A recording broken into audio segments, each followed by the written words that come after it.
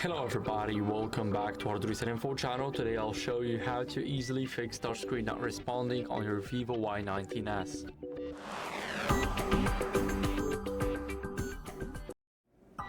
So first, let's start off by going into the phone. Do not do anything, just try and close it for now and remove the screen protector and a case, because it can cause a lot of interference. So I'll just remove the case for now, as you guys can see.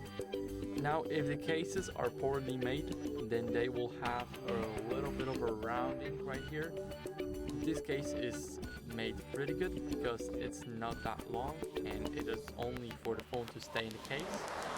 So that's alright, but if a case is pretty bad, then it's much longer and it can also cause the touchscreen to not respond. So make sure to check your cases before buying them or before putting them on your device.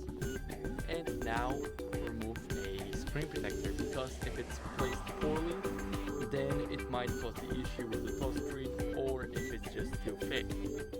So make sure that it isn't. Now try and clean your screen with a microfiber cloth. Let me show you guys. It's a little bit dirty now, so I'll show you guys how microfiber cloth works. It works magnificent. So just give it a few swipes. Just do that. And after that, our screen will look brand new. So this is what microfiber cloth does. Basically, it will clean your entire screen from oily fingers, fingerprints, whatever, you name it, it will clean it. So after that, try and force restart the phone. So hold the power button and the volume up button. Now here you will have what to do. So press and hold the power button and the volume down button at the same time for at least 10 seconds. So let's hold it once and now hold. Don't mind the screenshot, just keep on holding.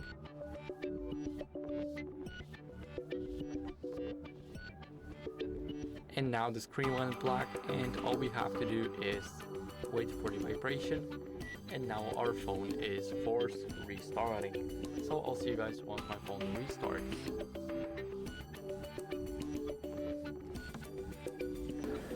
Now after turning our device back on, all we gotta do now is go over to the settings. Now I'll wait for my device to load. And here we need to go over to the settings. Now in the settings section, we need to scroll a bit down until we see system update and check if we run the latest version of our software. If we do, then it's good, but if we don't, then it might cause the issues with the touchscreen. So make sure that you're running always the latest version. Now after that, go over to the system, it's almost at the bottom, and here click on the reset options. So now click erase all data, but before that, make sure that you back up your phone right here, that the backup data is enabled and the automatic restore is also enabled.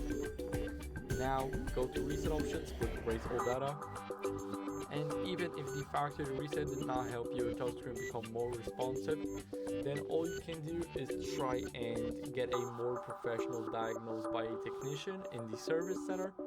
So that'd be it. Thank you guys for watching. If you enjoyed this video, then leave a thumbs up, comment and subscription. Bye.